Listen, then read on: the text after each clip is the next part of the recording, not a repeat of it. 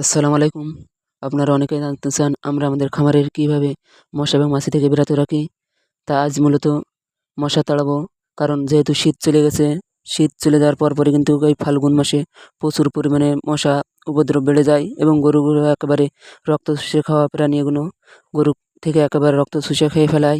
তা আজ মূলত মশা তাড়ানোর উদ্দেশ্যে আমরা নিয়েছি মশাল। এটা অনেকেই হয়তো না চিনতে পারেন। এটা গরুর গোবর দিয়ে থেকেই তৈরি করা হয়। অনেকে এটা শিক কাবাব হিসেবে দেখতে পারেন, কারণ এগুলো শিক কাবাবের মতনই দেখা যায়। তা এর মূলত ভেঙে অর্ধেক করে নেওয়া হবে। তারপরে আগুনে একটুখানি মাথা পুড়িয়ে নিয়ে চলে এসেছি খামারের ভিতরে এবং ঝেঁকিয়ে ঝেঁকিয়ে একটু ধুমা করার চেষ্টা করছি। এটা একেবারে বিনা খরচে মশা এবং মাছি থেকে খামারকে বিরত রাখা হয়। কারণ এগুলো তৈরি করতে তেমন কোনো পারিশ্রমিক লাগে না। কিছু পাটখড়ি এবং গোবর করে এগুলো তৈরি করা হয়। এগুলো আমাদের অঞ্চলে প্রচুর পরিমাণে লোক তৈরি করে থাকে। তা আমরা মূলত গোবর দিয়ে এগুলো তৈরি করে থাকি। মশা সবথেকে গরু আক্রমণ করে সন্ধ্যেবেলা মাগরিবের আজানের পরপরই। মশা বেশি সবচেয়ে উৎপাত করে এবং গরুকে একেবারে রক্তাক্ত করে দেয়। আজ যেহেতু একটু দেরি হয়ে গেছে ধোঁয়া দেওয়ার জন্য, সেজন্য গরুর পা থেকে একেবারে রক্ত বের করে দিয়েছে।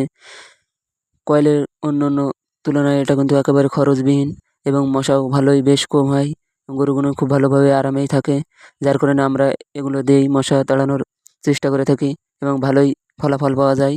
তা আপনারাও চেষ্টা করতে পারেন এভাবেই মশাল দিয়েই মশা থেকে বিরত রাখা খামারকে। এবং গোয়ালঘরের ফ্লোর সবসময় ভালো করে পরিষ্কার রাখতে হবে, তাহলে মশা একটু কম হবে। এবং অবশ্যই সতর্ক থাকতে হবে। এ ভয়ে প্রতি বছর খামারে কিন্তু আগুন ধরে অনেক গরু মারা যায়। তা আপনারা অবশ্যই সতর্কভাবেই দিবেন। আমরা আমাদের খামারে কোনো প্রকার খড়ি রাখি না, যার কারণে আগুনের তেমন একটা নেই। তবুও আমরা সাবধানে দেওয়ার চেষ্টা করি। সবাই ভালো থাকবেন। আসসালামু আলাইকুম।